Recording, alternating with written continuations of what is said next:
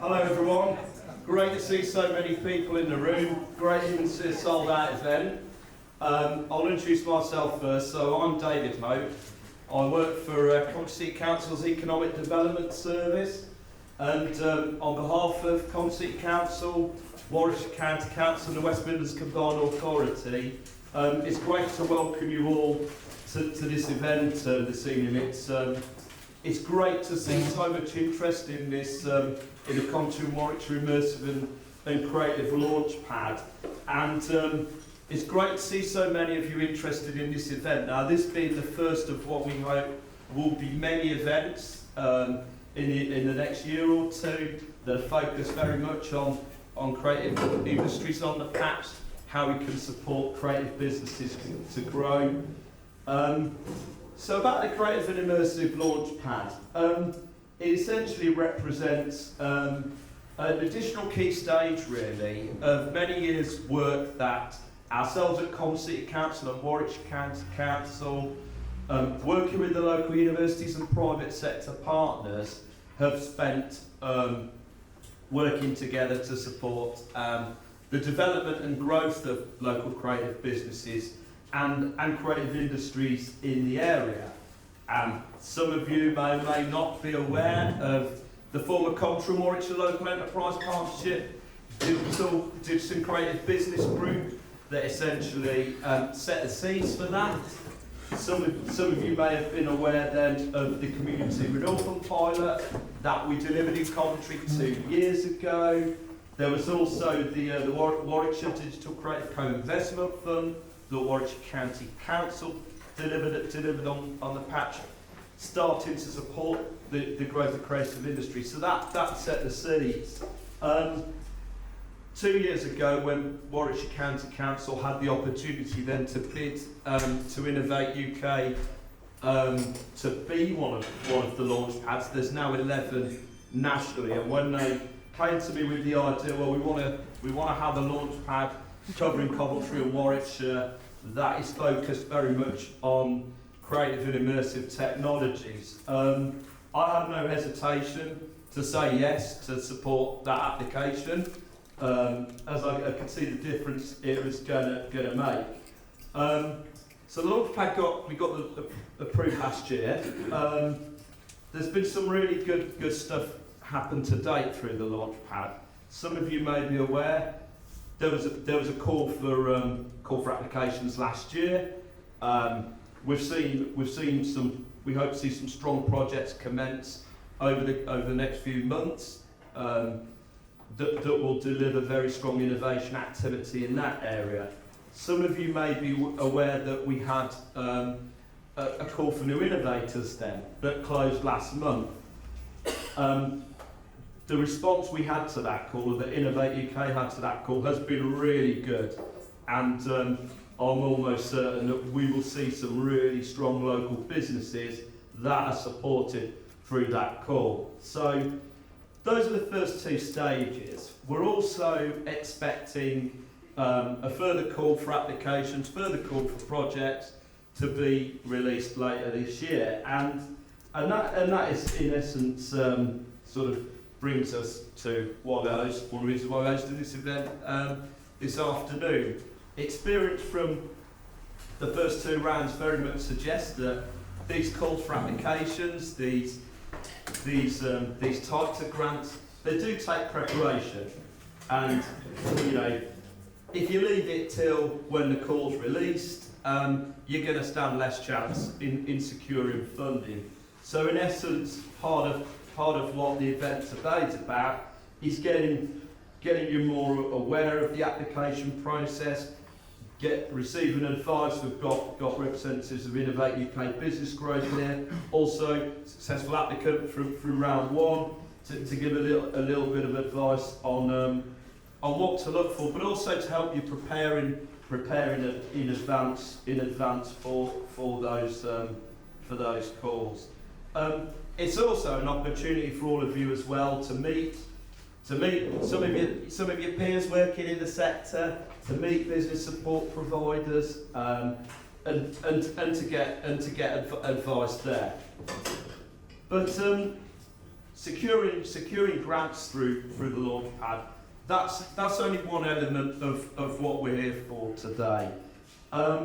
It's not just about grant applications, and a key part of the Creative and Immersive Launchpad, on top of the financial assistance we're trying to give to local businesses to help them grow, innovate, develop further, was to have a cluster organisation, or what's known as a cluster management organisation, in place, whose role it is really to bring together innovation and business support partners, and to support the growth of the sector and its businesses over the next 18 months or so. And ourselves and Warwickshire County Council are really pleased that our two local universities, the University of Warwick and Coventry University, came forward, and they will now be working together over the next 18 months to take on that role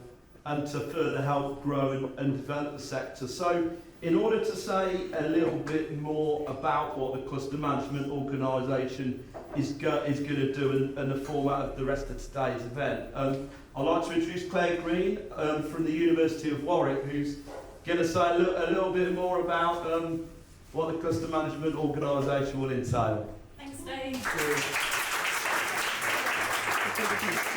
Well, everyone, so yes, I'm Claire Green. I'm from the University of Warwick. I head up Creative Futures, which is based here at 1 Mill Street, so welcome to my home, my second home. So yes, as Dave says, we are the Cluster Management Organisation, so working in collaboration with Nick here at the front from Coventry University. We're really excited to build on the work that we've done in the region around what it's like to run a business, get the right support, get the right talent into your businesses here in Coventry and Warwickshire. And we've both worked for over kind of 10 years in this area to sort of drive forward what the cluster needs. So it's a major investment. So the Launchpad investment from Innovate UK is 7.5 million, and that is going into businesses. So there's two strands of applications. So one is direct for business funding, and the other funding is around collaborative R&D, where you work with academic partners.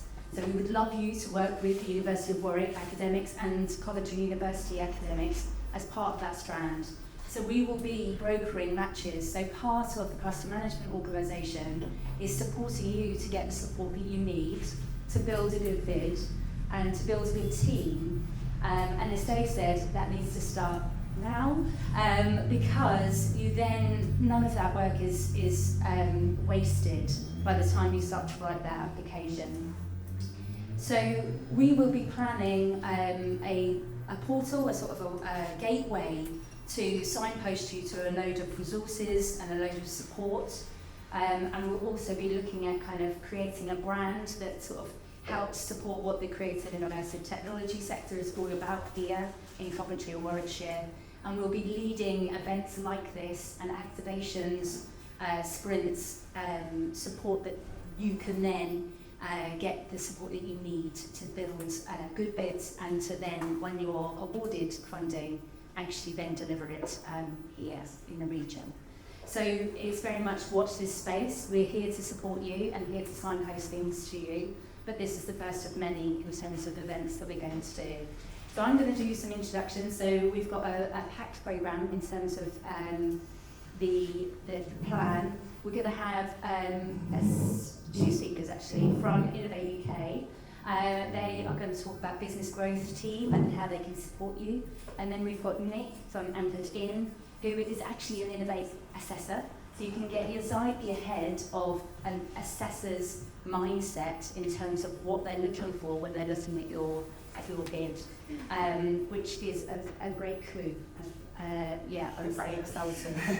And then we are breaking at about 7:15, and there is food and the bar is open. So feel free to use this opportunity to network and get to know each other as well in representation. So I will hand over to Martin and Howard from, go ahead, Nick, from Innovate Business Growth. They've just come in now. Sorry, hi, I'm Martin. Noanga from Innovate UK Business Growth, and my colleague Howard Mead, who's also from Innovate UK Business Growth. We're both senior innovation and growth specialists, and I'm just going to give you a little talk about Innovate UK Growth and how we support you going forward if you're successful with your bid. And I'm going to refer to my notes so I don't mess up, because it was recorded, so you're not seeing this up for them. So Innovate UK Business Growth Firm, as you can see, is a pretty large consortium of partners. We've got 21 delivery partners, 400 plus innovation and growth specialists such as myself, and we also have 34 scale directors. Last year we worked with around about 10,000 businesses, and we operate on 3 pillars of Innovate UK, which is domains, which include net zero, also include digital as well, products, which is the business support that we provide, and the various many different strands of business support, and place. So what we try to do, as I was just going to see from the map, we try to have somebody locally that represents the Innovate UK and can also help that business locally. As was mentioned, the collaboration between Warwick and Coventry. We're part of Coventry, we're based at Coventry University and part of CU Services, which provides business support and innovation, and we're part of the 4 pillars of the Coventry University strategy. Coventry Services has been around for around about 25 years, and currently we're on the EIO team, which is delivering programs in clean future and technology, and also the help for SMEs through Innovate UK Business Growth. Our team locally, in terms of the IGSs, because IGS is short for the Innovation and Growth Specialists, our team locally here is around 22 of us at this moment in time, and 2 scale-up directors. So if you do get grant, the chances are you could well be that you will be assigned one of ourselves who will be alongside you, helping you in terms of support. As part of that package as well, we also deliver internationally growth support through the Global Business Innovation Programme, which I will go through with you shortly. Part of the package and part of the stuff that we do at Innovate UK is part of the innovation plan that we have for businesses, and that's really supported through 3 key structures. Investment readiness is a package that we put together to help you as a business, so that and it helps you to prepare. So if you're looking for extra investment or inward support via either business angels or investment, then we can help you and also introduce you to relevant different bodies that will be able to take you to that next step. Innovation growth involves most of the packages and also the support that we offer, whether that's access to finance or one of the grants, for example. And a lot of the grants that we have, you can actually access these through the gov.uk website. So if you go through there, you'll see at any one time what the various different offers that we have in terms of support or for funding. And lastly, as I said before, my colleague Howard will talk to you about the international markets and partnerships which we've acquired as a founding member of the EEN. Well, I'll just hand you over to my colleague Howard. Hi, Phil. So particularly on the internationalisation front, we run a number of programmes, and internationalisation, as some of you know, is not just about going to a market and selling. It's about much, much more than that. A lot of hard work has to go in beforehand. We're part of the Enterprise Europe Network, which is the largest networking group in the world. So if there's a connection that needs to be made across the Enterprise Europe Network, which extends geographically beyond Europe to other partner countries, then that is a good gateway for starting your international journey. And then we run 3 specific programs. Global Explorer is one where you put together a package, you decide which market or market you want to go to, you cost up all your travel, accommodation, events you want to go to, etc. And then that is, you apply for that and there's a 70% funding for that. Like all of these things, it's highly competitive, and actually the last round closed last Friday, but there will be another one opening up in the future. Then there's the Global Business Innovation Programme. That is a short programme where we identify an event or a place to go to in a specific sector, and we run a trip there. So for example, I am part of the team running the trip to Mobile World Congress in Las Vegas in October, and that is open to all clients in the telecom sector. And then there's the Global Incubator Programme. So the Global Incubator Programme is a longer programme where you work with an incubation team, you identify the markets and the relationships you want to build, and that one runs over more like a 4 to 6 month time frame of starting to build those relationships. But they're all focused on building the relationships. And then once those relationships are built, you might want to start to involve the Department of Business and Trade when you're actually getting into selling products or services abroad.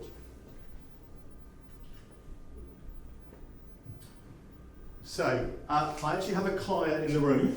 So the next two charts, if I say anything that is not true, he's going to shout out, so you can tell if I'm making it up or not. So, as IGS, what do we do? First of all, we identify, work with you on your strategic goals, and we create the initiatives that are relevant through an action plan. So we've got your strategy, and it could be in any one of the 3 big areas we talked about, and then we create that specific action plan. Then as part of our job is to connect you into the wider ecosystem. You'll have already heard from the people who've spoken this evening. It's a very complex ecosystem that's ever changing, and part of our role is to help you navigate that. And then to support you through your relationship with Innovate UK, which can take many different forms.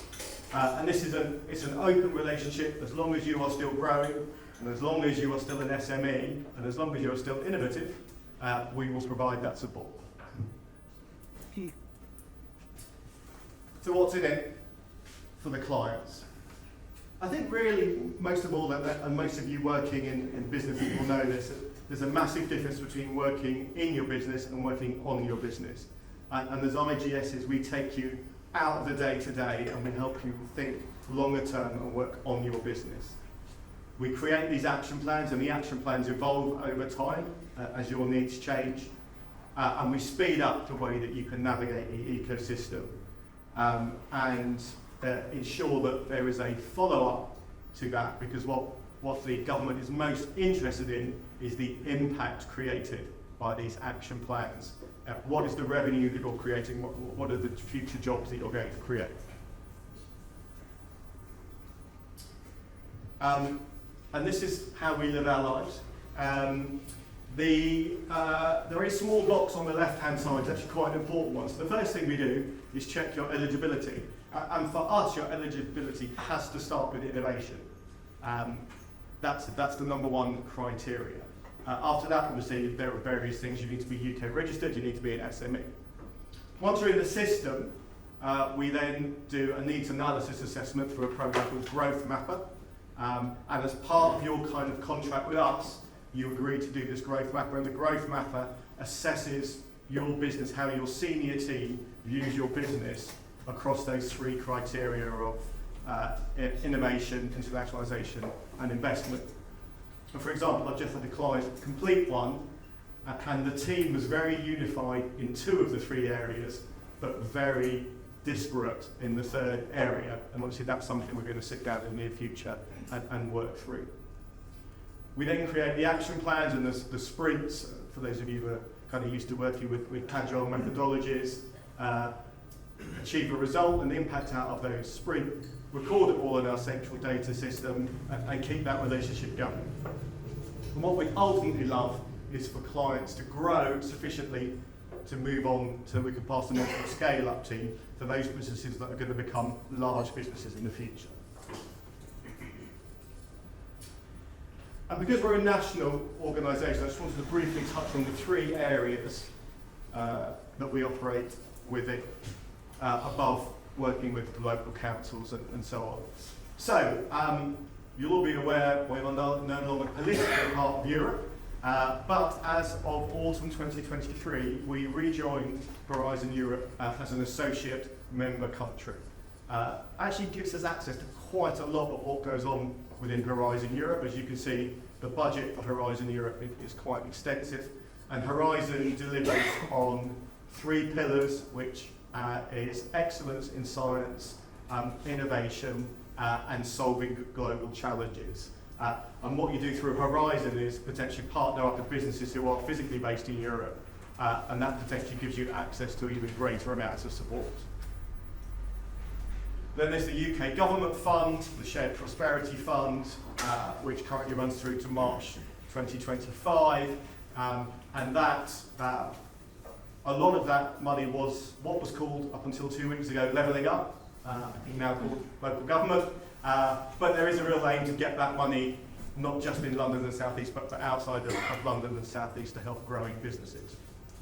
And then within that fund, there are regional organisations, for us obviously it's the West Midlands Combining Authority, who focus some of that money in areas that are particularly important to them, which for them is particularly around the environment, people and communities, and transport. And then of course there are all the other members of the ecosystem, some of which you've heard from already this evening.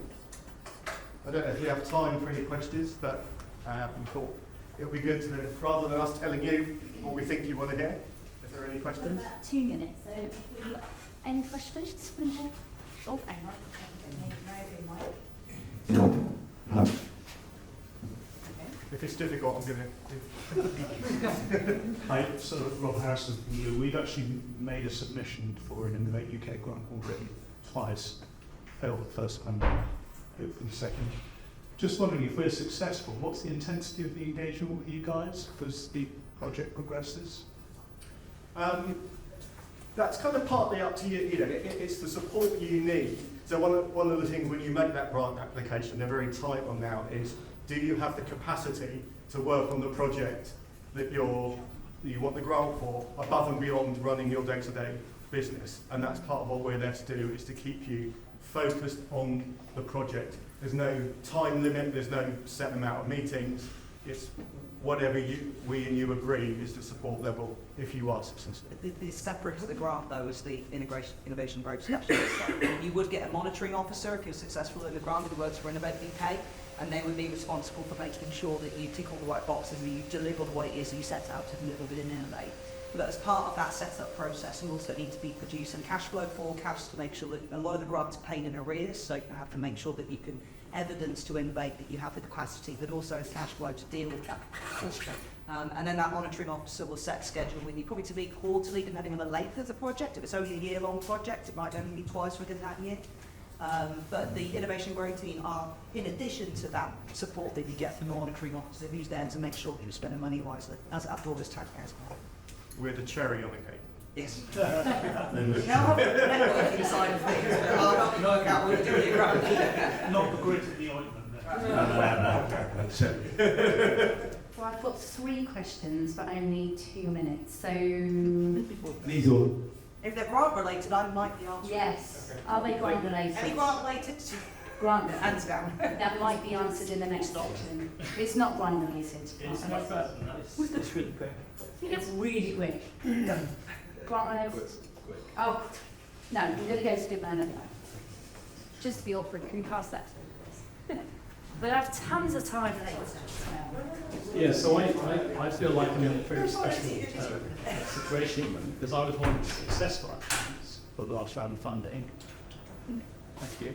And I thought it would be nice for me to talk to people here because you're all talking about quarterly reviews and one-shots. So we're actually going through that right now, and we've got a fantastic project which I'd like to tell you about. And I just wanted to say that really because I'm We're going to run another event in the autumn where we actually showcase some of the round 1 applicants and get everybody excited, if that's all right.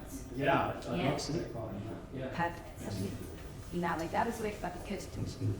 Right, we will move on. So Howard and Martin will be here, and then I'm hoping that some of the questions will be answered. In the not, I was if you've been around for a while, you're more than welcome. One. Excellent. I will hand So I'm used to shouting at people, so I apologise. I'm not used to using a microphone. Good afternoon, everybody. I'm Nicola Musgrove. I'm the Entrepreneurial Programmes Director of Anchored In. We are an innovation consultancy that specialises in the transfer of research and technology into new commercial applications. This is the short edition of this workshop. I normally deliver this in 2 hours. It's quite interactive, quite intense, so if anybody gets a bit stuck or I see a face going, I may kind of ask you a question and say, please join in. But the aim of my talk today really isn't to talk about one specific funding call, because I don't know which call you're going to go for at the end of the day. And there's lots of different requirements for different funding calls, and I'm going to help you to work out what it is you need to do before you apply to make sure that you have the best chance of putting in a good application. But I'm also going to give you some tips and hints from real-world assessors so that you know the type of people who are assessing your applications. And they are people. They are human beings with feelings and emotions. And that's going to become more important as we go through the conversation as well. I don't think we're going to have a huge amount of time for questions as we go through. So if anybody wants to ask questions at the end, you're welcome to, or just come and grab me. But anybody in the room today, if you want to, I'm more than happy to have an hour with you for free to talk about your project or your idea, to try and help you to navigate the funding landscape that's out there, or to try and get you some connections in industry that might help you to progress as well. Now, why listening to us? Well, a bunch of us are UK grant assessors, so we kind of know what we're talking about. And we also have a few Horizon assessors in our team as well. A number of us have run our own businesses. It's interesting that we're in a creative group today. I used to have my own business based out of Pinewood Studios.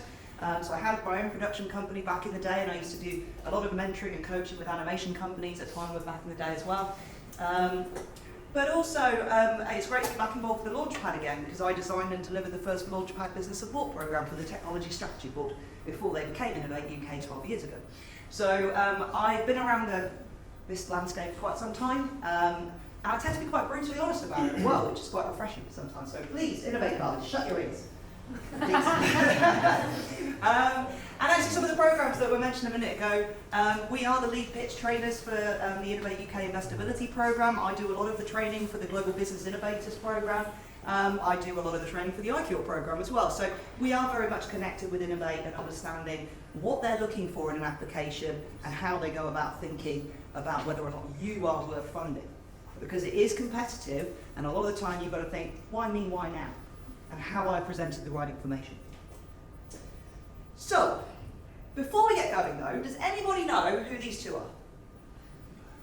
I wouldn't expect it in a room of creatives, but there was a physicist running around somewhere in here earlier, and they might know who they are. No? So, Carol Breeder, she won the Nobel Prize in chemistry, and so Harold Walter Kroto won the Nobel Prize in physics. Both of them won their Nobel Prize on the same day they got rejected for their grant application. And actually, what's even more frightening is the Warren Capital Harold Kroto was told, so Harold Walter Kroto was told to go read his own paper to get more knowledge on his chosen subject before submitting an application. Now, why am I telling you this? Because rejection is unavoidable, as the chap over there who failed the first time around can attest to. But it's not a perfect process. The guys at the other end who are assessors, they don't necessarily know everything about your area of expertise. And a lot of the way that Innovate chooses your assessors is actually based on what you write on the application form. So if you don't give them the right keywords, you're not going to get selected for the right sector industry expertise that you need to assess your application properly. You might end up with a generalist like me. That's not a good thing. Although I'm a very nice person, you might not know it. Well, let's have a reality check here. So what do you guys think the success rate is for an Innovate UK grant? 5%. 3%. 3%, cool. Anybody else? 40%. Yeah, I was going to say, about bit more like 40%. Well, I love your optimism, it's sweet sunshine. Reality is that if you're going for fellowships, so those of you who are academics in the room, you've got about 7 to 8% chance, 10% chance in some of those. If you're looking at the EPSRC, so the Research Council grants, you've probably got more of about a 10% chance. If you're going down the Smart Rank route or the Creative Catalyst route, there's a lot of competition there. You've got about 7 to 8% success rates. The chap over there had the right idea there. But usually what you're going to be looking for are those schemes that have very specific connections to what it is that you're doing in terms of technology and area. Because you tend to find that the pool of applicants is a hell of a lot smaller. If you look at the Innovate UK Smart Grant, you've got about 1,800 people applying each time. It's a lot of competition, so you need to be scoring about 85, 86 to 90% to be getting access to that funding. But if you're going for the more sector-specific ones, so the CR&D calls that have been coming out, the ones that are coming out specifically for the creative sector, you have a much higher success rate, about 20-25%, particularly for those really, really niche ones. So keep an eye out. So my first tip to you guys is to focus on those that are more relevant to you. If you try and make a square peg fit a round hole, it's not going to work out well for you. The other thing you need to bear in mind is who is assessing your applications. And it is soul destroying. You know, how much time have you spent writing your application for it to be rejected? And then sometimes you'll find your assessor's feedback is a little bit, did they even read the application? You know, it's kind of a bit like that. So typically, most applicants nowadays, Innovate UK has changed it recently, so most of the grant calls have 3 assessors. And this is a bad thing for you guys, I'm afraid to say, because what that means is when you have 5 assessors, if you have one assessor who didn't really read your application very well and gave you a rubbish score, the other 4 assessors could drag them back up a little bit, so you could still be within a chance of getting money. But in a 1 in 3 scenario, a third of your score could be gone, and there's nothing you can do about it. So the types of people that you've got, so you're going to see assessments coming back, one will want to have your babies. They're either absolutely gushing over your application, they're like, please take my money. But those guys are typically retired. They're people who've worked in industry. They've spent 4 hours reviewing your application because they love it. And they understand the industry. They want to see it succeed because they've got to do more great to them. The ones in the middle, if you aren't give it 5s, which is more of a 7, because if I give you a 7, you are in the realms of the quality score because you've got to hit 70% to be considered for funding. So if I give you a 7, that will put you in that realm. But if I don't get you anything above an 8 and a 9, your scores aren't going to average out to get you to that winning score you're going to need to get the money. So I'll give you a 7. But the other thing you need to bear in mind about Innovate UK assessors is if their scores are wildly different from each other, they only have to be 2 scores different to then be thrown up as an exception. Okay? And they can get away with it quite a lot. So you might find that that one assessor who didn't understand your application, they probably weren't picked up as an exception because all they had to do was score you a 7. Okay? That's how it works. And then the last one would rather eat worms than see your project get funded. Now, I apologise for these ones because these are people like me. Not that I assess applications like this, but I've seen people do it. So these are what I would call your 30-minute wonders. So Innovate UK assessors are roughly paying about £120 per application to review it. Now for a lot of consultants working in industry, £120 is not their hourly rate.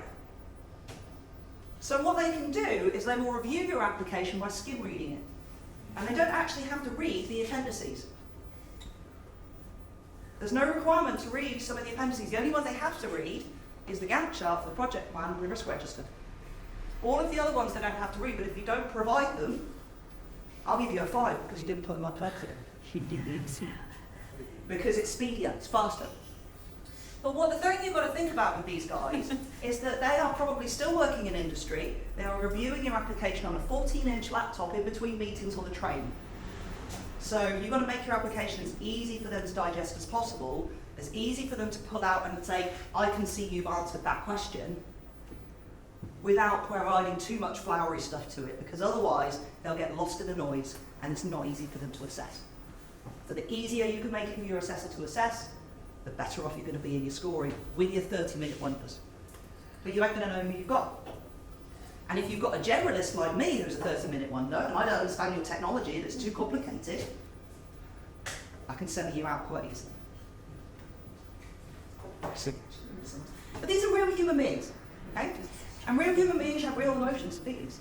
And we like to read stuff that makes sense, and has a story to it, or draws us into your world. To try and think about it like that as a way of overcoming some of these challenging assessments. But the other thing I'm going to suggest to you, now a number of you are going to sit here and go, you're going to suggest I start thinking about my grants 6 months before I apply. Are you insane? Because most of you are probably going to go 2 weeks before the deadline, quick, drag it all together, midnight, getting it in. But I'm going to suggest that you start this process as soon as you possibly can. And the first thing you need to do, get your ideas down, validate them, make sure that you understand who your customer is, who's going to buy this, who's going to spend the money. Is the end user the same people who's going to spend the money to get it into circulation? Because you might find that you need a distributor to work with rather than selling it to the end user. Have you really thought about how you get that innovation to market? We need to validate that by proving it with market research. What a lot of people don't realise now is that if you ever look at the market research questions on an Innovate UK grant application, Innovate assessors are now being told to ignore references to things like Markets and MarketWatch, these market research companies. Because a lot of the data is pre-pandemic, pre-war. So it's still showing this beautifully lovely 30% growth curve, which isn't necessarily reality. So when you're validating your ideas, go out and talk to the people you're going to sell it to. Get a good market research, what they call bottom-up research. Is going and finding out what the reality is on the ground, doing a calculation. There are X number of games companies in the UK. These are the ones I want to sell to. These are the ones that are more like my particular genre. So you're focusing. Then we're going to select our funder. Once we've understood who we're doing it for, why we're doing it, everything's validated, then we go after the funder, work out who it is we're aiming for, then we're going to write our grant. Because we need to understand which funder we want to approach before we can even think about applying for it. So, what I'm going to suggest as well is that you do what we call a pre-mortem of your application. You'll probably be doing this after this session today, and I apologise in advance if you sit there and go, I've already lost this grant, but you'll be fine. So we want to try and work out what's going to kill it before it goes in. And the way to do that, has anybody seen one of these before? Yeah, familiar with the business model canvas type thing? This is what we call a project model canvas. And it's a way of mapping out your ideas in a business case sense, so that you make sure that you fill in all your gaps before you think about applying for your funder. Because if there are gaps, it could be that the funder is helping you to explore those. If you don't know what the current state of the art is for the competition, don't even apply right now, because you need to make sure that you understand the landscape that you're moving into. What resources have you got? What are you lacking? How are you going to get hold of them? How do you secure them? What's different about us versus other people and our team? So I would do one of these first. It's quite quick and dirty. You can get everybody in the team to have a go. To map out where your ignorances are. And then solve those ignorances before you start going in for your application. So like creating a business plan, in a much more light touch way. I will share the slides after the session, by the way, so if anybody wants a copy, or if they want to spend some time having a story very keen chat. But the other thing I think a lot of people make the mistake of when they go in for innovate funding, particularly startups and early stage businesses, is they go in on their own with all these good intentions, but what they haven't recognised is the resources they're going to need to get their product out there into the world. Now, I mentioned a minute ago about distribution partners. It could be you need a manufacturer. It could be that you need a developer to work in your business. Have you got those partners? Are they in a position to work on the grant? Are they better suited to be a subcontractor or a partner? Because in Innovate's eyes, no grant should be profit-making. So the fewer subcontractors you can have involved in your project, the better, because subcontractors will be making the profit. If you can get people to be partners to the grant, they have to cover some of their own costs. And so they've got skin in the game. They're more likely to make a project succeed because they've got their own financial investment in that project. Now, if you're not sure about who your partners are, come and talk to the support guys who you've mentioned today. The Innovation and Growth Specialists have got fantastic networks that you can go and tap into. Come talk to me as well. Something else you can do, has anybody ever done a heat map before or anything like that using Tableau or fancy technology? So what we've done here is you can download a copy of all of the grants that have been funded by Innovate UK since 2002. So what you can do is then go and filter out the ones that are more relevant to your industry, see who's been working on those grants. Maybe you'll identify a commercial partner, maybe a university, try and work out what's been done before so that you don't try and put a grant in for something that's already been applied for. So what we did for this particular one, this was for a quantum consortium that we were trying to build, is to identify where are the companies and where are the quantum hotspots in the UK so that we can go and target events, to go and meet people, to bring them into our projects. I'm not saying you have to be as fancy as this. The list of all the grants that have been funded is an Excel spreadsheet, so you can just do some interesting filters with it, and it is available on the Innovate UK website. But get your consortium built in advance. Make sure you understand what the intellectual property rights are for all of you working involved in this project here, because you will have to have a contract in place for when you get to due diligence if you're successful. So if you're working with a university, using something like I'm not agreed with things like that. Yeah, they're the ones to go and have a look at. But there's links on the websites that will take you to those information. How we find the right funder is then critical. So the number one grant killer is not applying to the most appropriate funding scheme for your idea. They just see through it and they kick you out. Or they score you lowly because seeing one's better. So how do you find the right funder? Very briefly, funding overview. You've had the Innovate UK version. This is my bear with me version of what's left and what might be coming or not coming. We don't know what the current Labour government's going to do. So regionally, you used to have local enterprise partnerships and growth hubs.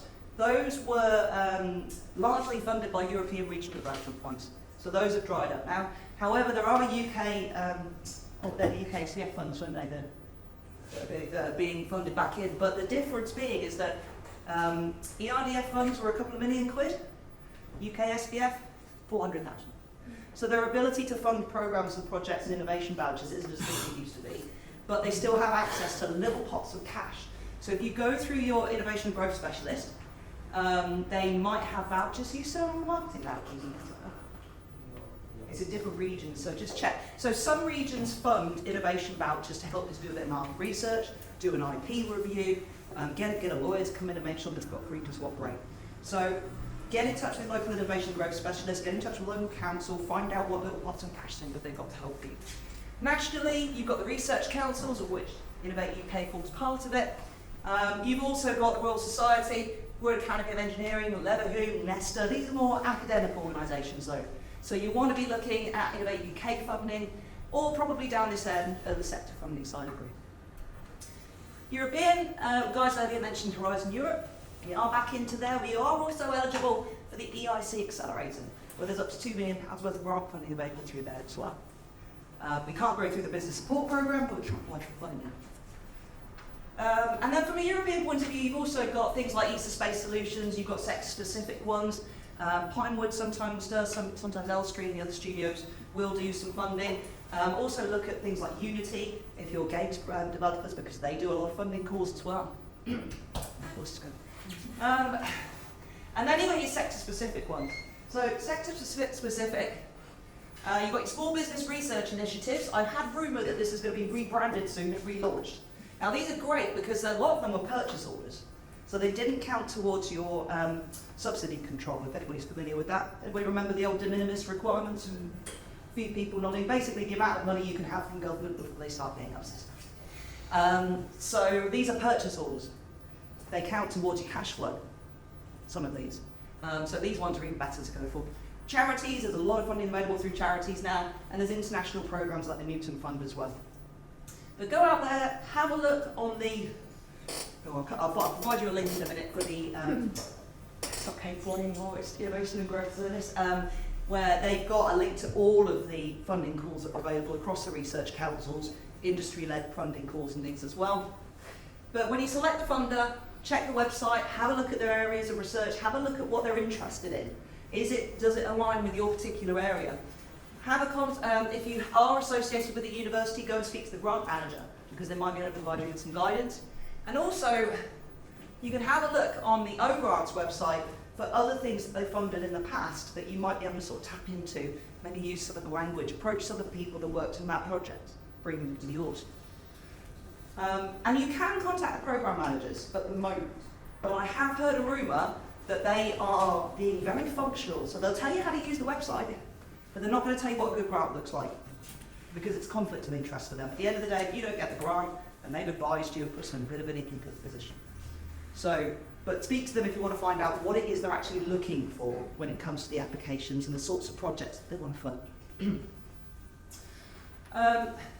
Don't just consider the technical side of this as well. Also think about risk appetite of the funder. Some of them might want some blue sky stuff, things that are untested, things that are brand spanking new and we've never tried before, we don't really understand this market. Or they might be the other way, and they want you to prove everything is going to get you to market before the cash. So make sure you understand the difference between the two, and whether or not industry participation is needed. Who has to be the lead fund person to go in for this grant? For Innovate UK grants, it's usually SMEs, although universities can be involved in with those projects as long as they've got 2 commercial partners working. And if you have, anybody in the room ever been funded by Innovate before? If you're in the back there, be careful about your previous grants, because if you haven't achieved what you set out to achieve, then they may not fund you on your next. And they are starting to get very strict about grant chasers around that. So those people who have quite research-heavy projects, if you're going in for grants all the time, there will come a point where they go, you've had enough now, guys, go get investment. And they're getting a lot tighter on that now because the funding costs are more. If you want to have a look, this is still relevant, I went and checked it, so it's still called the KTN on the internet.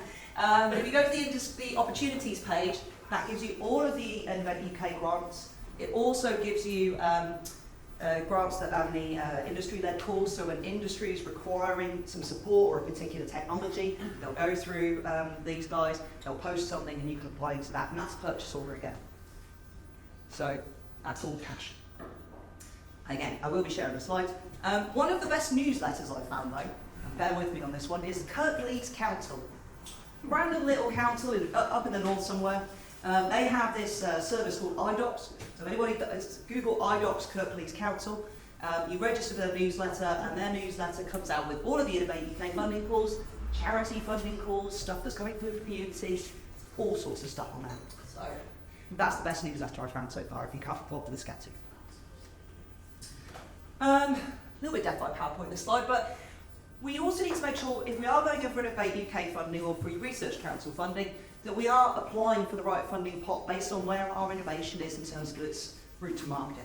So if you're about 10 years away and you need a lot of research to get this idea proven, you're probably going to be looking at thematic calls through UKRI or some of the very focused ones like the CRMD that's coming up. If you are a little bit closer to market, but you have an idea that's maybe not quite proven, needs a little bit of a nudge, an innovation loan might be the best option. If you are looking for scaling funding or to do R&D to then expand into new markets, then you're probably looking at investor partnerships.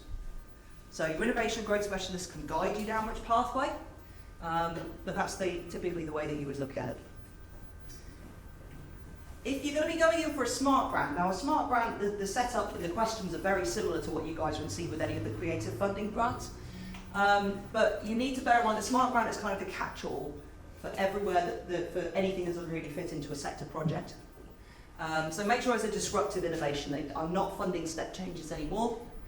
You need to make sure that the idea is at least 10 years away from commercialisation, or closer if possible. And that you have the right team to get it to commercialisation. So if you're saying to me, we need to sell this brand new product into this particular market, and there's nobody in your team with experience of that market, I might not believe you're going to get there. Unless maybe one of your customers as partners to the project is helping you to test it out on. So where they're coming.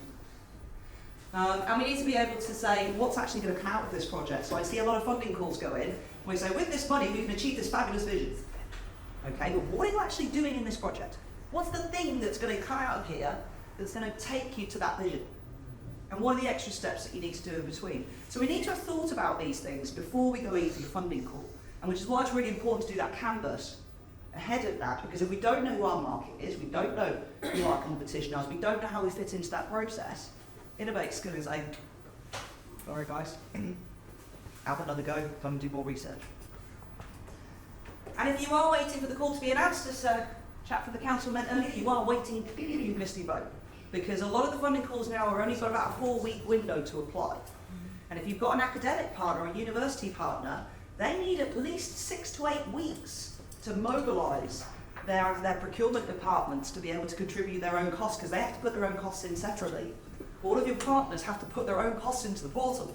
Guy at the back there is nodding at me going, yes, Yes, generous. Yes, so there is that one I spoke to the other day, so it's been 4 months. Oh, yeah, that's more like. Yeah, they're about to, well, they won their grant, and then it took them 4 months to negotiate the IP out of the university, so they lost the grant in the end. So start soon, you know. As soon as you get the ideas, start pulling your partners in. Because it's really difficult to get people onto the portal, and what you don't want to be doing is, you know, 10 minutes before the deadline at 11 o'clock on a Wednesday, you've got everybody trying to plan their stuff in, because typically the portal falls over, because it's overloaded. Because all Innovate UK grants, for some reason now, all close on a Wednesday at 11 o'clock. So one of my recommendations to you is you are submitting, make sure you do it at least the day before. And also use previous grants to see what's been funded in the past, so you can use that for your competitor analysis as well. Because what they don't want to do is be funding the same things over and over again. I've already said bring the programme lead. You can phone the helpline as well. Each funding call does have a helpline. But what I will tell you is email them, get it back in writing. Because anytime you ring them up, all they're going to do is say, yeah, thank you very much, and they're going to ring the programme lead and ask the question. You send them an email gets forwarded, and you get a reply back from the programme lead. So it's a little bit faster. Usually about 3 to 5 days for a response though. So if you leave it till the week before, you're stuffed. So please get in there soon. Or come and ask people like me. So how do you find the innovation lead? LinkedIn is your friend. Just go and search innovation lead, name of the call, and you should be able to find them. Or otherwise, usually when it's on the call somewhere, there'll be a contact button or something that you can go through. Or your innovation growth specialist might know as well. Number 2 grant killer is failing to understand what your funder is actually looking for. Now, you can go on to the UKRI Research Council's strategy and delivery plans. They have published all of this stuff on their website. They've got the next, well, they've had up until 2025 planned out. Of course, we're working with government now, so we're waiting for the spending review to happen. From what I understand from speaking to guys in the Future Programmes team at Innovate, they're expecting probably next year things might start getting announced. We're going to be using up one of the budgets from last year. So that means things are a little bit up in the air. I'm hearing some interesting things about space, so we'll see. But go and have a look at the strategy and delivery plans, because a lot of them do run until 2027, the funding's still going, and failing there being a new budget announcement, the current status quo is to roll over on what else would currently do it. So there will still be funding course coming through. UKRI typically has 5 strategic themes, so if you're going for more researchy focused ones, then they're looking at building a green future, secure and resilient world, opportunities improving outcomes, securing better health, ageing and well-being, and tackling infections. And each of those areas has about £75 million for each theme, and they would release calls over time. So you can find out more about that. Now, the other thing you're going to have to think about is, what is your assessor looking for in your application? Now, this is an example, I colour-coded it a little bit, of an Innovate UK scorecard for one of the questions. This is what an assessor gets to assess you. Now, it's changed a little bit now. So I think, 8, 9 and 10 is up there, 6 and 7 is there. But if you see 6 and 7 is in the same category, 7 gets you above the quality threshold, 6 does not. But if you look at the words of what they're looking for, so the question here was, what's your idea of innovation and why is it game-changing? So the innovation described has been undoubtedly game-changing and potential to create new markets or disrupt existing ones to the benefit of the UK. I've highlighted the keywords in here. But what I want you to understand is this is an emotional decision. This is a subjective decision. This isn't I've seen you answer this, I'm going to go tick, tick, tick, here's your score. This is based on my best judgment of what I've read. And so if I'm really annoyed because I'm reading typos and I'm reading, I don't understand your market, by the time I look at this question, I'm already prepared to give you a low score because it's not undoubtedly game-changing.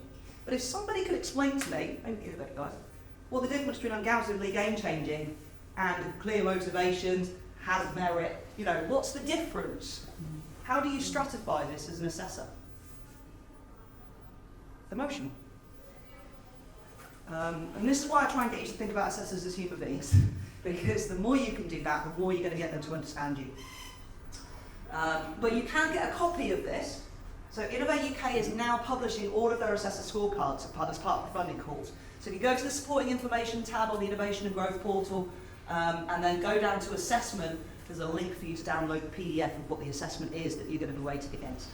So what I would recommend that you do when you write your grant is you pull out these keywords that I've highlighted here, Our application is undoubtedly game-changing because we are creating new markets in this. We are disrupting these ones. Use the language, because that 30-minute assessor on the train is going to be looking for this that's going to make them say these words. And if you can help draw them to those answers, it's going to be much, much easier for them to help give you that high score. And so once we've understood what the assessors are looking for, before we've done all of that, now we write a graph. And that is really challenging. You know, it's not hard to find grants, but it's really hard to write winning applications. The chap in the middle can attest it. Other common grant killers, just a few, failing to articulate the why. Why are we doing this? There's a lot of, I see this with researchers actually, with universities, they go, we've got a widget. If we show them it, well, they will come, they will pay money for it. And but why are they going to pay money for it? What's the benefit to that customer or that end user of your technology being used versus somebody else's? And nobody can really get that across sometimes, so it shows you down to the market research. Being overly ambitious or not ambitious enough, this comes down to whether or not you understand your funder and whether they're looking for something risky or not so risky. Understanding of the field of the art. You've not gone out and seen who else is doing this at the moment, then you adapt. Because at the end of the day, one of the challenges you'll find with commercialisation, especially with industry, is doing nothing is an option, because it might be cheaper, or it might be easier. I had an example once where there was a kidney dialysis company created a single piece of moulded plastic, which could be given to all sorts of homes, and they sold that to a kidney dialysis company who squashed the intellectual property because they made more money out of the dialysis machine's maintenance costs per year than they would have done giving everybody who needed kidney dialysis one of these machines that they could have used at home with. So the company had the idea, they had the desire to help people, but the market to get it to them was not there, because there was a single company providing that solution, and there's no other way to get it. Understanding having unrealistic expectations about the needs of the user. So if you haven't gone out and spoken to your customers, and you're saying, well, they're going to buy this because they're going to buy it, then no. And again, do nothing is a good answer because it is easy. Overrating the impact of research. Let's find that going around. Failing to assemble the right team. So I mentioned earlier, if you tell me you're going to break into a new market and there's nobody in your team with any experience of that market, I'm not going to believe you can do it. Unless you're going to give me a decent excuse to say how you're going to go about getting that knowledge in. So make sure you've understood that. And read the guidance for applicants. Each of the Innovate funding calls, each of the grant applications you're going to go through will have a guidance for applicants.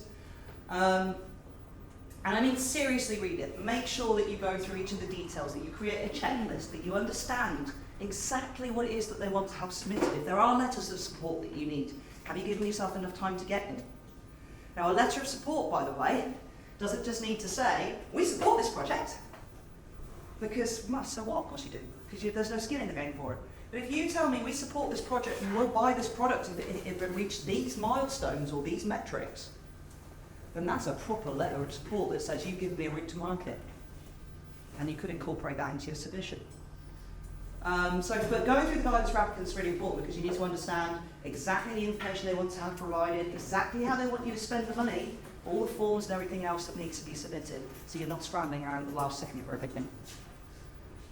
And you need to think about the grant application, a bit like a job application. We're proving to this particular assessor at this time that we have the skills, the knowledge, and the experience and resources to do what we say we're going to do. And we need to prove why we're going to do it better than anybody else. Because all of you are going to be bidding in for the same pots. You're all competing with each other and spending so much money. You could also work out how many grants are likely to be funded based on the size of the pot and the maximum size of the grants that they're issuing. So I know some of the Innovate ones, they've, actually now ICOR is a good example because there's a £2 million pot, but the projects are £300,000 each. So how many projects do we get, folks, who can do maths quickly? We're creative, we can't do maths quick. Which is why we're creative. Yeah, just try and think about that because it'll also give you an idea of the level of competition you're up against. If you're in an enclosed group, then it's not so bad. Oh yeah, just to remind you, seriously, read the guidance for applicants. I'm not going to read through this because it's death by PowerPoint, but it will be in the handout for you. So just thinking about how you construct a checklist, how you go in for cases for support, thinking about some of them will require things on letterheads as well to prove that it's you and the business. So just make sure you go through it in a really fine-tooth comb. And then when you actually get to writing your grant application, think about it as writing an exam and a story at the same time. And the reason I say this is because human beings, as a culture, we have evolved through storytelling. We bring people into our world by telling them a story and giving them anecdotes and that kind of stuff. And if you can explain your application in a real world scenario, so, give me an example customer this particular challenge will affect. What's the impact to them of having this challenge solved? What's the market opportunity? If we solve this problem, does it create wealth in other areas? So try to build that narrative that helps me to understand much faster than you give me a list of bullet points.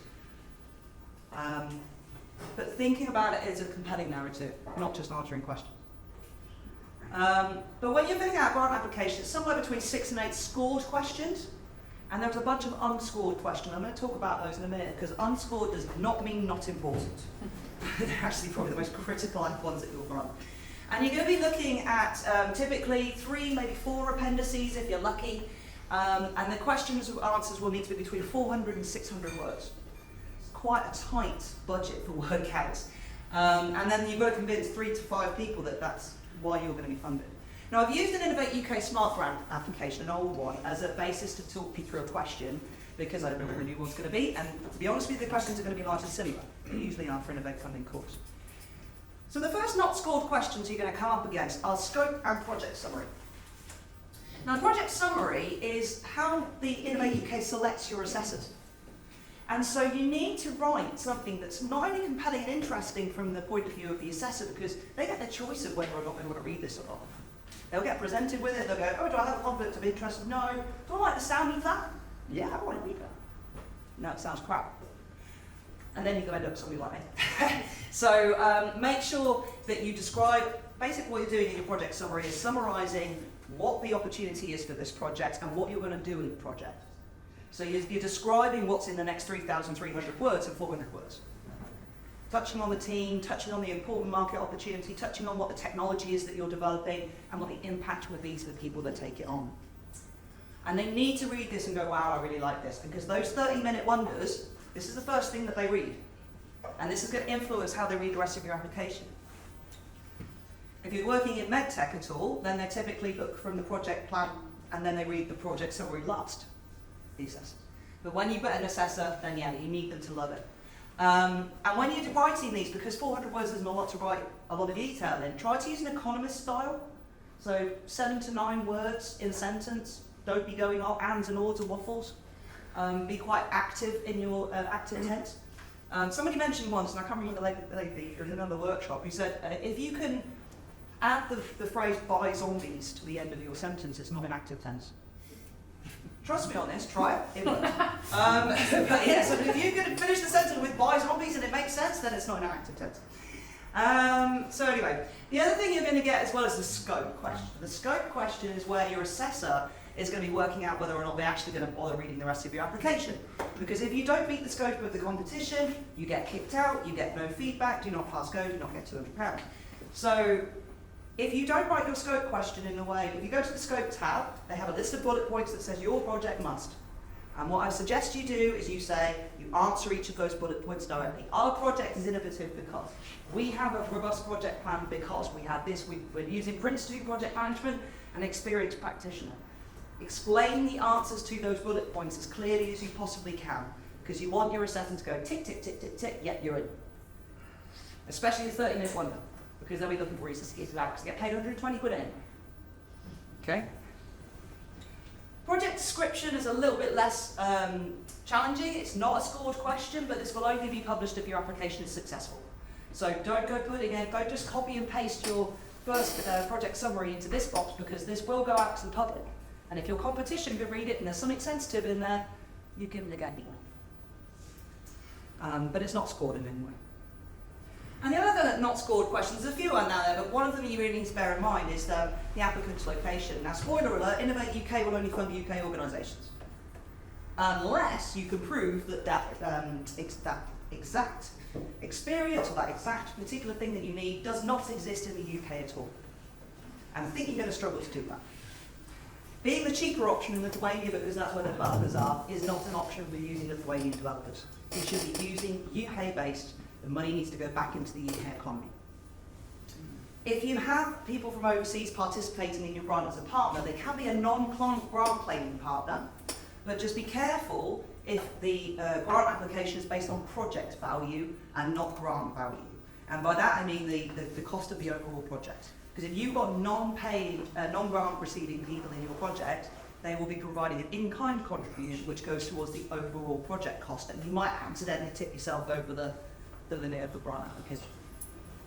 So, but make sure that, you know, USA people on there, no, picked out, we already have. And this is before you get to the first scored question. Now I think this question now I think is now 400 words. They've adapted it back again and put another appendix back in, but they got rid of the appendix from this version and you had to answer it in 600 words. The high level question, when you go to the innovation development portal, is what is your idea of innovation? Why is it game changing? But what you might not realise is there's a little triangle next to that, you click it, and you get a bunch of sub-questions. And these are the ones that your assessor is actually assessing. So if you don't answer these questions, then you're not going to get the scores that you need to answer the scorecard that I showed you earlier. So what I've highlighted here is these are the keywords I would be dropping into my sentences when I'm writing my grant application, because it helps my 30-minute wonder. And it also makes it easier for everybody else to read. So, you know, we're clearly different from the alternative solutions because they're doing this and they don't achieve that. Customers don't like it, the cost. The specific need or challenge, who benefits from it now and in the longer term, focus of development. So all of these things are included in these questions. But what you don't realise is, oh, there's 6 of them. And I've got to answer this in 400 to 600 words. Super easy. But if you're using the keywords and giving information, there is a 2-page appendix for this particular question anyway, but better in mind. And also consider equality, diversity and inclusion as well in your answer. This is not a token gesture. And by this I mean, don't go writing, we've recruited a woman into our team. Equality rocks. That's not what we need. Okay, we're 52% of the population. You can't find one of us, you've got a problem. But what I mean by this is, what is the impact of your project from an equality sustainability point of view? So if I give you an example of this, so I did a project where we were looking at recycling PVC windows. So there's no ability to recycle PVC windows in the UK, and we used to export them to China for recycling. Now, China closed their doors, I think it was in 2020, to external waste. So what do we do with it now? We sent it to Vietnam. And Vietnam, they have no processing facilities, so they burn it on the beaches. So the health outcomes for people living in those areas are horrendous. There are lung problems, there's constant black smoke everywhere. It's awful. So if we can solve the problem of recycling PVC windows in the UK, we can improve the health outcomes of poorer people in Vietnam. That's an example of equality, diversity and inclusion, where your project can have a wider impact on another smaller population. Diabetes is an interesting one as well. So people with black-haired African origins tend to be 5 times more likely to get diabetes than those from white European backgrounds.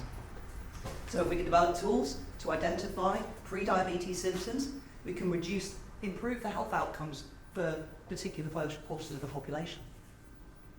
So those are just some examples of what you might want to consider. I have seen somebody before say we're only going to recruit ex-cons. And it worked, but they're now making tampons as they told It's innovation, it's fine.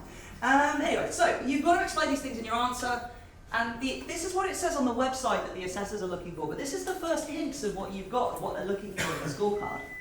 So the proposal must be game-changing and disruptive, clearly defined, different to others, builds on the state of the art, creates new markets. You know, you can see the keywords they're looking for that you're going to need to drop into your answer. It's all there, we just need to make sure, a bit like an exam, we're incorporating it in there. And at the end of the day, it's the justification for funding that's also going to kill you on this one, because we need to say, why me, why now? Why wouldn't a bank lend to me? Why couldn't I get an investor to engage in my project? Why is this project too risky for somebody else to invest in, but not risky enough for the taxpayer? Very fine line. So we need to be making sure that we can articulate those whys as well. And why, if we don't fund this now, what's going to happen? Does the project not happen at all? Do the Germans get there before us? I don't know. But, you know, we need to think about what is the impact of this. And, you know, citing Brexit used to be a great thing, but maybe not anymore. And at the end of the day, what we've got to remember is, and I see this from a lot of people, they go, well, they should just fund me. It's a great idea. But this is taxpayers' money. This is yours and my money. We need to make sure that we're providing value to the taxpayer and that the outcome means things that the taxpayer likes, like the creation of jobs, like the creation of other industries in an area, which will also create jobs and economic wealth to our area. So we need to think about, when we're talking about what the justification for funding is, it's also the benefit to the taxpayer in UK PLC as a whole, as to why are we funding this. Financials, very quickly on financials, just because I've seen people get caught out on this before.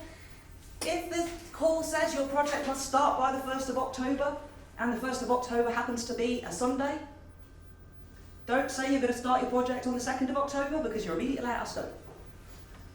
Okay? Start it on Friday. You don't actually have to start working on it until the Monday, but just make sure that you put the right dates in. I've seen people fall over on that one. Also, make sure that you know whether it's single or collaborative, because if you're going in as a single one to a collaborative fund, there you go, you're out. And making sure that the time frame is also what you're applying for. So when you're bidding in for a project, if you're doing a digital project, it could be that it's an acceptable time frame to do it in 12 to 18 months. Or, there's much more of a in-depth project, more research involved, a 3-year program might be more appropriate. But you need to make sure that the amount they're offering you is relative to the amount of time that you've got, because in some funding calls, they'll say that you can only bid in up to X amount for 18 months, and then you have to be over this amount to get to the next one. And I've seen people get the numbers wrong sometimes and accidentally put themselves out of scope. But you can only include what's called eligible project costs. So if you want to buy a laptop for your project, you can only put a claim in for the depreciation of the value of the laptop whilst it's being used on the project only. So there's some very nifty calculations through the eligible project costs. I'll put the link for the website on there so you can have a look as to what they will or will not fund. You can put extra stuff in for overheads as well. When it comes to partners on the project, I mentioned this earlier, partners on the project, we would expect a relatively even split between partners, preferably with the lead person getting the most. Academics and RTOs should be getting less than 30% of the overall grant if you've got academic partners involved. And subcontractors must be as small as possible, preferably under 20%, because we don't want it to be a profit-making grant. However, for those of you that are working in game development and you need to hire external organisations, there may be justification for that. So don't necessarily think, oh my God, my developer's going to cost me 80% of the grant, I'm not going to go in for it, because it's relative to the project. So bear that in mind. So I'm going to do a quick fire round of top tips from the horse's mouth. These are from real world assessors of what they say. And I mentioned this earlier, not scored does not mean not important. These are the most important questions. Pay attention to them, get them right, because you'll literally be kicked out without any feedback very, very quickly. Taking care to meet the scope. Again, if you're not eligible for funding, you will not get any assessment or any feedback, and that can be absolutely soul-destroying. You can spend weeks writing an application. Use the word count. If I see an answer that is a 600 word count and it's coming out 400 words as the answer, I can give that a 7. Or a 6 even, because you haven't answered all the questions. You can't have done. It says 600 words. So I don't even have to read that answer, unless a practice assessor like that. FYI. Not that I do that, I don't. If you are going to lay out your answers as bullet points to make sure you've got an answer to each question, make sure you remove the bullet points before you submit it. There is nothing more demoralising when an assessor goes into the Innovation and Funding Service and just sees a list and list of bullet points, or solid walls of text. Has anybody ever read it without any spacing breaks in there? And this just goes on forever. But think about the experience from the other side. If I'm reading this, how do I feel reading this? Get somebody else to read it. Tell you how it comes across. How do you actually feel when you're reading it? Because that's what your assessor's going to base it on. I've just said that. The Innovation Funding Portal is built in HTML, so you can do fun things like bold things up and colour code your words. I'm going to tell you, don't do it. It pisses off assessors massively. Unless you're a medtech assessor, there is a difference. So basically, they don't want to decode what you're trying to tell them. They want to read your application. So they don't want to be led around different keywords. You can use them as headings by all means if you want to separate your answers out a little bit, but don't be making all this colourful stuff going on. It should be an obvious one, is to discard any information that's not relative to the question. Now, I see a lot of people answer the question they wish they were asked rather than the one they actually were asked. And if you're finding you're pointing your assessor to another question to get an answer, chances are you haven't answered the question properly in the first place, or you've not answered the other questions and you put the information in the wrong place. If you don't understand the question that's being asked, come talk to people like me, because there are subtle differences with what they're looking for. And some assessors, if they're the 30-minute wonder, are not going to go back to go and find answers in other places. And so they'll just say, didn't see that, lower the score. And if you're, another thing to bear in mind as well, for those assessors that don't read appendices, don't rely on them to look for the answers in the appendix. You have to have the answer in the question. Use the appendix as a kind of the bolster of the answer, if anything. Realistic markets, please. I mentioned this earlier about using markets and market research and things like that. Also bear in mind, if you're coming into a market that hasn't seen this technology before, you might make the assumption of, well, there is no market. Well, actually there is. You're competing with whatever's being done at the moment. So use that as part of your market analysis. And again, go and talk to your customers. They'll be able to give you the answers as to, who else is playing in this space? How much is spent on these things right now? Let's get some real data in there that the information we're providing is realistic and dependable. You think? There's always one. It's fine. I should put the beer rule in, shouldn't I? If any phones go off, you've got to buy me one. But then I would never have gone home. Risks are fairly often, so with most Innovate UK and most grant applications, you've got to put a risk register in with it. Now, I do have templates for this if anybody wants, because it's useful to have a scoring mechanism within your risk register, which helps them to understand what the likelihood is and what the impact of the project will be as a result of that thing happening. Do not underestimate the loss of a critical resource in your project, i.e. you. If you are the key developer, if you are the key project lead, and you end up getting hit by the big red bus during the project, how is it going to continue without you? If you are borrowing somebody's media suite right now, how are you going to get access to one if that one breaks? What's the risk of actually getting to commercialization? It could be, as I say earlier, customer does nothing. It's easier for them to not make a change. So make sure that you've got a risk register that's categorized as environmental, managerial, project, and the fourth one. Innovate, folks. What's the fourth one? There's four risks. It's on the website, but I have got a template I can give you. Lastly, the small print will kill you. If you are in doubt about whether or not you meet the competition requirements, once you've done all your preparation work, contact the lead technologists. I mentioned this earlier. They are pretty helpful, but don't leave it to the last minute. Again, treat it like an exam. Revisit your answers. Go over them again. Get somebody else to read it. And if you are working as a team to pull an application together, try and use maybe post-it notes to pull the ideas together, and then get one person to write it. Because having something that feels like it's been copied and pasted and chopped and changed between voices is disrupting that narrative for your assessor. So again, it makes it a bit smoother if it's an easier read. Anybody here suffer with blank page syndrome? You know, when you get that nice shiny white piece of paper and you don't know what the first word is that you've got to put on it when you get an application question? And you spend hours just thinking and sitting there staring at it. Now, what I'm going to suggest, and this might be controversial, so again, Innovate folks, please close your ears. University folks, please close your ears. ChatGTP. Now, I'm not suggesting you get ChatGTP to provide the answers for you. What I'm suggesting you do is you answer the questions in bullet point form, and then you throw it into ChatGTP to get you to provide the first version of the answer in the word count. And then try and go through it with a fine-tooth comb to make sure that it makes sense. Because it's not a perfect system. It doesn't necessarily understand your technology area the way that you guys do, but it will get you a first draft that you can work on. And for anybody who's reviewed other people's work before, it's much easier to be critical of something that somebody else has written than it is of something that you've tried to do yourself. So the first draft through ChatGPT, it's a free system, you can use it. If you've got anything, courses around intellectual property, just remember you are feeding their machine. So if you don't have any risk of that getting out, I wouldn't recommend using it. And if you need help, here's my shameless pitch. So we do grant reviews.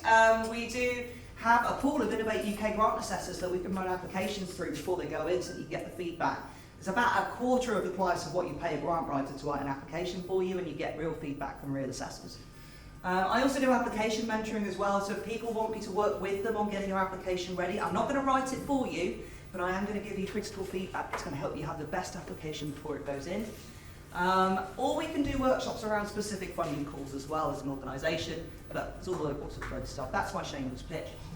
And also, I'm going to hear again. in a few weeks' time, on the 5th of September, I'm going to be at the Mill Street Exchange. I don't think I'm speaking, but I am there for consultation if anybody wants to bounce some ideas off with me, test out something, work out whether or not I might be eligible. I'm happy to have a chat with anybody anyway, so feel free to get in touch. But that's my speech for today. I hope that's been useful, and please do keep in touch. I'll help them further. See you.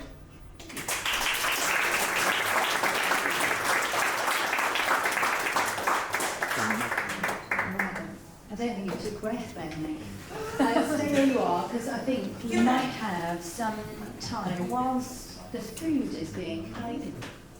Check if the food is being laid out, is it? That's all right. Q&A. So yeah, let's have some Q&A while we wait for the food to be delivered. Take it on. That's good. Fantastic. Who would like to Chap over here. one of them? Thinking about the case for public funding, beyond the sort you mentioned in the presentation, and the normal political priorities of the time, are there any other long-term public justice or justice agencies underfunded? So typically the government will want to invest in, well, from what I understand, they're moving into thematic areas. So they're going to be focused on, they tend to focus on, say, 5 key priorities. So at the moment, the ones that I mentioned there, and then you have the spin-offs that come from that. But those are designed to stimulate particular areas of industry in the UK that will then make us more competitive on the world stage. So that's what they're usually for. There is, and I don't know if this is still relevant, I'm looking at it on, but is there a Horizons tool still exists? Yes, so but certainly a recipe being Horizons. Yeah, but there's a tool called the Horizons tool that you can go onto. It's on the LKTN website, the Innovation and Growth site, and that will tell you what the sort of wider impacts might be that could be interesting to the government that you could then quote in your application. Okay, comes the There's yeah. There was another chap that he's wandered off and I can't see him now. Carry on. Well, yeah, it was again the same sort of line of question to the justification of finding. So from that perspective, if we look at main justification for funding, for public funding, some sort of specific contribution to the UK economy, is that correct? Well, I mean, you've got to think about it. Why does the UK government invest in grants? Why are they giving me this money to do these things? It's not because they're lovely people. I'll say that now. It's to create economic wealth out in the UK. And the way I usually describe it is, if you think about it, you are pitching in for money from UK PLC. Because everything that you guys do is going to create economic value, jobs, opportunities for the UK. It could be that if there's a particular engineering focus, that it helps the UK to strengthen its engineering base. But there's certain things that we are known as a nation, and those are the things we want to focus on. So it's not for you. I'm sorry to say, and you will make the money out of it at the end of the day, but the long run, if everything's successful, you know, that the wealth is going to be yours personally eventually.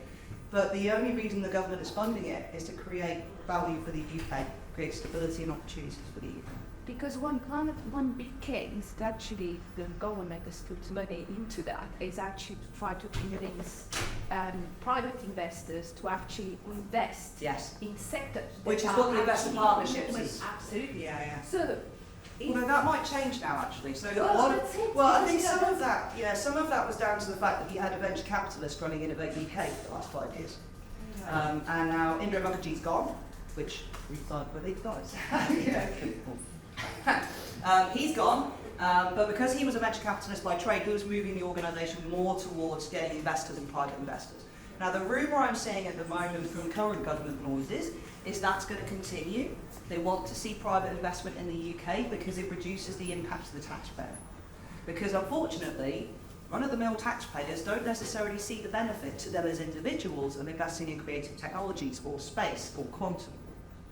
But they will benefit from the down-the-line technologies that come out of those, like mobile phones that have free GPS and things like that. But in certain technologies, you know, it's vital to decide when the VC investors come in. Yeah. Because if they come in at too much of an early stage, then all of that benefit in terms of sustainability, it's just messed up. Yeah, so that's, I think, Well, this is a way of de-risking. Yeah, so grants you've got to see as a de-risking for the investors. Absolutely, yeah, and especially for the UK government, if it's seen from that perspective, Yeah. which needs to come out in the grant, and actually the assessors need to understand that. But this is why I say your project is going to be risky, too risky for an investor. So it could be you've not got any cash in the market yet, you've not got income coming in, that kind of stuff. Okay. Yeah, That's a this good is why point. you're going to the grant, because you've not got the money for that right now. Yes. But by you being able to prove your technology with the grant, the government then helps to unlock further investment to help you to scale. Yeah, because the bank's not going to give you a loan either, because you can't prove you can pay it back. So the grant is say, risky enough that investors not going to go involved, but not too risky that the taxpayers can get anything out of it. Thank you. Yeah. Sorry, I think I went around the house now. I didn't really understand the question properly, but thank you for asking it. That was just you worded it in a way that I needed that. No, that's right. Yeah, thank you. I'm not being like academics for everything, so I have to keep trying things a different way. Any other questions? Gosh, you've all got quiet now. Are there any more to talk? Yes, I'll have a look on. I might, maybe helps everyone. Yeah, Hi, hello. So I was speaking to someone about Horizon Europe, and they're really in-depth collaborative partnership applications. This person charges £250 an hour, and probably to put an application like that together, you're talking a week. You're talking £70,000, roughly. Yeah. Most grant writers will charge between £5,000 and £7,000 for them to write a grant application for you, and then they'll charge you a success fee of about 2 or 3% on top. I don't do that. I teach you how to write a grant so that you can write the grant, and we assess it to work out what the assessor's going to do. Now, I would argue grant writers are great in some ways. Anybody here used Grantify before, any of those sorts of platforms? Yeah. Grantify, what was the experience like? Well, actually, I got involved because the company I was working for, they brought me in because Grantify wrote an application and it was unsuccessful. And then I was brought in, but at the time, Grantify was kind of like a sort of 65% hit rate. Yeah. And then, of course, when I got involved, I said 3% because I read about Innovate UK that we were put into the large ones. Oh, there you go. Yeah. They can sort The of much tighter margin at those big ends of the pot. Yeah. to get through. But yeah, I came into the part. However, when we taught another way, again, it didn't get through. Yeah. But what I found was the difference. We thought we met everything that the first set of assessors had come back with, so we literally went through a fine-tooth comb, added everything in, and then it came back with completely different set of this is what you need, and I was like, hang on, this doesn't make sense. But then obviously, completely ingredient it.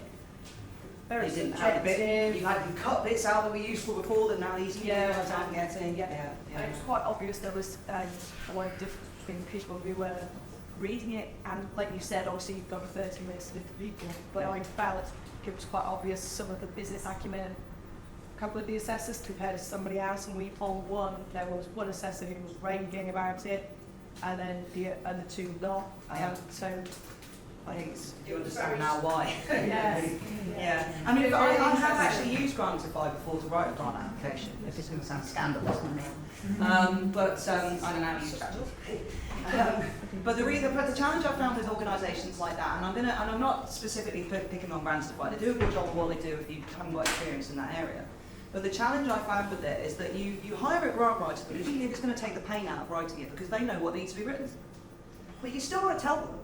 You've still got to give them all the information somehow, and that takes time for them to digest it and understand it and really rework it. When actually what might be better for you is for you to write it and stick it through a copywriter who can make it make sense. Yeah.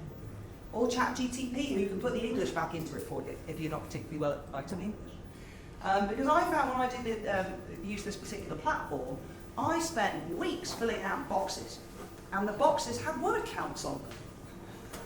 And so I couldn't provide any extra information that I would expect them to then digest and then put into an application. They were literally using an AI to take my answers and put it in an application, tweaking it a little bit for readability and charging me £7 for privilege. I wrote that application myself, essentially. So think about where your best use of money is and your best use of time. And as I say, it's more about being a compelling thing rather than it being how well it's written in some ways. However, your 30-minute wonders are going to be scoring it based on how well it's written rather than what an old poster. Any other questions? Also, we're still putting food out, so I'm here all day. Oh, you've had one. I'll come to you in a second, my love. Sorry, Don. Question on subcontractors. Yes. And location based. So I know a lot of the businesses who went for the launch pads in their sectors, a lot of the skills are actually outside of the UK. Mm-hmm. If the company they're using has a UK process that work if they're outside the UK, does the assessor see through that? Where does the money flow? To a UK based business? Is that all the Yes, if it's a UK-based company that happens to be using Lithuanian developers overseas, I don't care about that because the money is coming into the UK. Even though we know. I don't. Well, who they employ is not up to me. It's a UK-based company. Yeah. Chap over there, who I missed last week. Right, all I wanted to say really is that I'm an Innovate UK assessor as well. What you said was startlingly accurate, startlingly realistic. That's exactly the way it does work. I mean, assessor has to follow the instructions as well. So if it says 7 to 8 or 8 till 10, in that time they've got to go with that. So make sure you get in there. And there's lots of detail to discuss. I'm sure we'll elaborate down to at least twice as long. And yeah, it's worth looking at those details. But yeah, the essential one is, you know, startlingly accurate. I'm really pleased to hear you say that.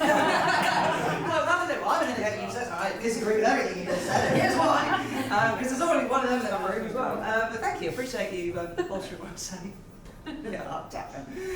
Especially the Innovate guys in the room, and for being as brutally honest, I'm not half expecting I've lost my but anyway, yeah. Thank you for chipping in. Appreciate it. Any other questions, guys? Can I just bid on one more? Oh, did one over there. I'll come back to you in a second if that's okay, and I'll do this chat. Sorry, not me, I lied at them. A couple of points really. One around market research and the ability to actually get the level and scale of market research required to understand the market you have a target. What level does that look at? And then the second point really is around subcontractors and actually using some of the funding to potentially support the internal development to build the skills rather than everything to the subcontractor, and where the potential effect that would have. Okay, 2 questions in my head, I'm going to answer one at a time. So so what's the first question? Market research, Market research. Size and scale of market research. So market research, what we need to be presenting is a business case here that's got to be defendable. Now, we're not expecting, you know, if you're going to look at the digital creative market, billions. Realistically speaking, little startups are not going to be able to achieve billions. But what you might say is, and you can get data from the Office of National Statistics as well, actually, or speak to university people, because they've got access to data journals coming out of WhatsApp for free, and they can provide some extra support. Their contract work. But you can, if you're going to present a market, you might say, well, the UK market, there are 50 companies doing this right now. I know 10 of them. They spend this much money currently on this thing. That's my market. Looking at the US, there are 20 of these organisations, or there are this, and you can do it based on bottom numbers up, so that you can say, well, this is what we know so far. But getting a conversation with your customers is really important to finding out those sorts of numbers, because you're going to say, you know, you can't possibly hit everything. But getting into it's only realistic, and the amount of money you get back from it's only realistic.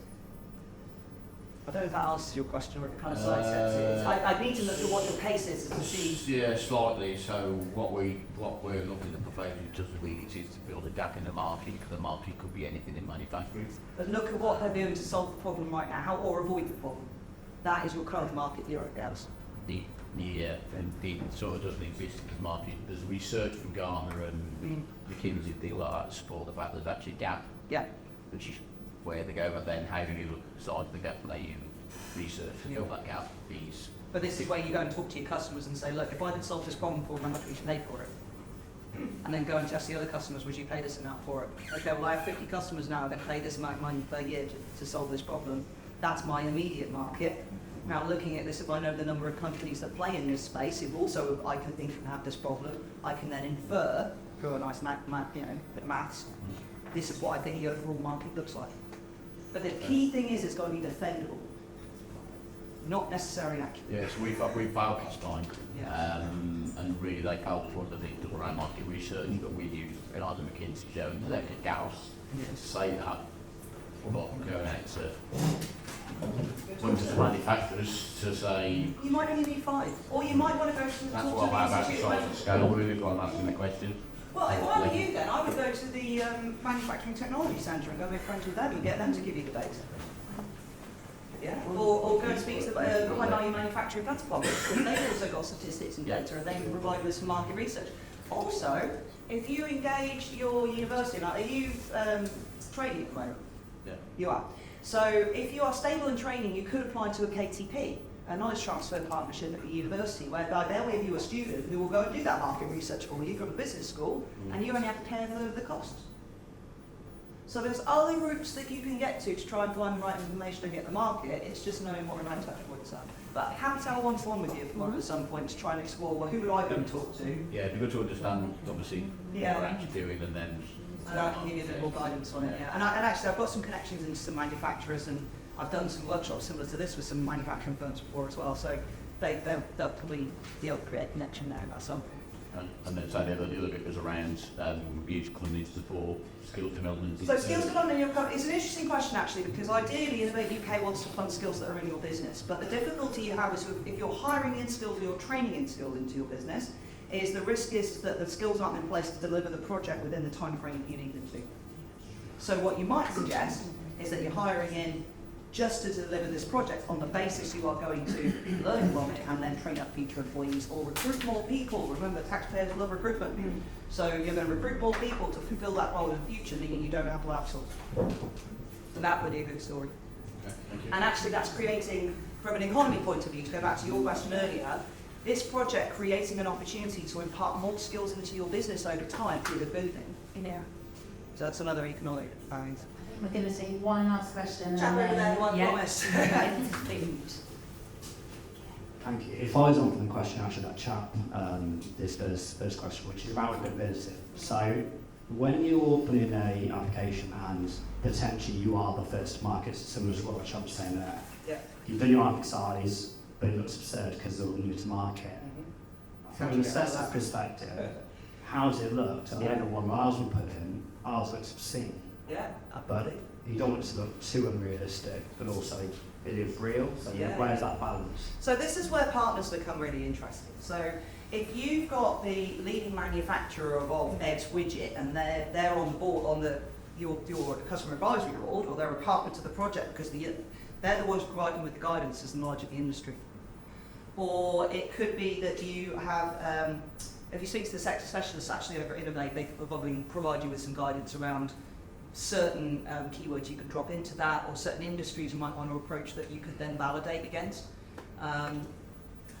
But yeah, I'd be bringing in project partners. I'd be creating a customer advisory board that I would point to part of my team and say, these are the guys that are telling us, these are the guys that are buying it, these are the guys who understand this market better than we do. If you've got that though, yeah, and it still looks ridiculous. I'm curious as to why it looks ridiculous at this stage. When you look at even like 0.5% of the market size, you look at the numbers that are just in the UK market alone is huge. Yeah. And then you go, well, I'm going to enter the US market, Australia. Yeah. So then it comes down to scalability. So there's a particular question where they talk about, there's a route to market question, which talks about what do you, what's the long-term profitability, what's the profitability over the long term and short term. This is where you need to be starting to talk about how do you hit things over time. So if you're telling me there's this wacky great market, how many of those customers are you going to onboard within the first year, within the first 3 years, within the first 5 years? How do you anticipate scaling the team to do that? At what point are you bringing in investment to scale that team? Tell me the story of what the journey is to get from A to B. Because then it's credible, because you've thought about those stages. Yeah? But if you're telling me you're going to get all 1 million customers in the first 3 years of trading and you're like a 3-person team, I'm going to sit there and go, no, you're not having my money. But I just, I try and think about it like that so that you're presenting the vision of how you're going to get there. Not saying we can do it all. Does that help? Yeah. Yeah. I mean, I can have a chat with you about what the specifics are to see if that's helpful. But yeah, that would be the way that I would approach it. Yeah. How about other assessor in the back? Do you have any? Yeah, I think a killer thing is realism. I mean, it's incredibly boring to hear about a £13 billion market of which we're going to get nothing. And you really have to have some idea of how you're going to get something and what that realistically could be. As you say, not 1 million customers, maybe 100, whatever's actually doable. And that's got credibility. I tell you what you could do as well, actually, is you could reference other markets. So you could say, if we're selling a solution in digital market, if we look at, I'm going to say Facebook for a minute because it was the only tech company that popped into my head, wasn't it? But if you were to say, you know, what's the business case for Facebook and the opportunity for that? If you're creating a similar platform and you're going to use similar marketing techniques, you might want to use Facebook as almost a case study for how your market might scale. Especially if you've got Mark Zuckerberg on your board, you know, or if you've got, I don't know, if Bill Gates happens to be part of your advisory team, I think I'm going to say take my money, because that your team will also give you credibility. It's not so much the stage is getting there. Obviously, you can't believe you have a million customers and we're going to stem and cause bullshit. There's another fact that if you can basically prove that you can have 1,000 in 6 months. Yeah. And, you know, I mean, you might have said we've already contacted 1,000, you know, 10,000 customers, and 1,000 have said they're ready to buy next week. That's fantastic market research. It's just really the end number, which when you're looking, the end goal could, even though such a small percentage could be this. I've heard different opinions of some people go, well, don't put things it's ridiculous. Some people have gone, well, they're not risk and they're dead. So it's just curious. I try and segment it in some way. And, you know, if you've got this big sexy market, what's the niche bit that I'm looking at? Because it might not be the whole market. I did that last time when you guys downvoted that before. I don't say you guys. I don't like you. But yeah, you're right, it's a challenge, and the problem is a lot of the time they don't believe it, but in your case it might be better in that case to go for investment. Or have a look at investor partnership. Because investor partnerships, if you can convince an investor to say, I think he's got onto something here, and they're happy to put 50% of the cash in, Innovate will put the other 50% in. So that might be the better way of going it, and then you've got an equity partner that you can grow with less risk. Attention, because it's like government effect. Yeah, absolutely. Thank you. I'm Deb Chapman. Well, thank you for listening, guys. I hope that's been really helpful.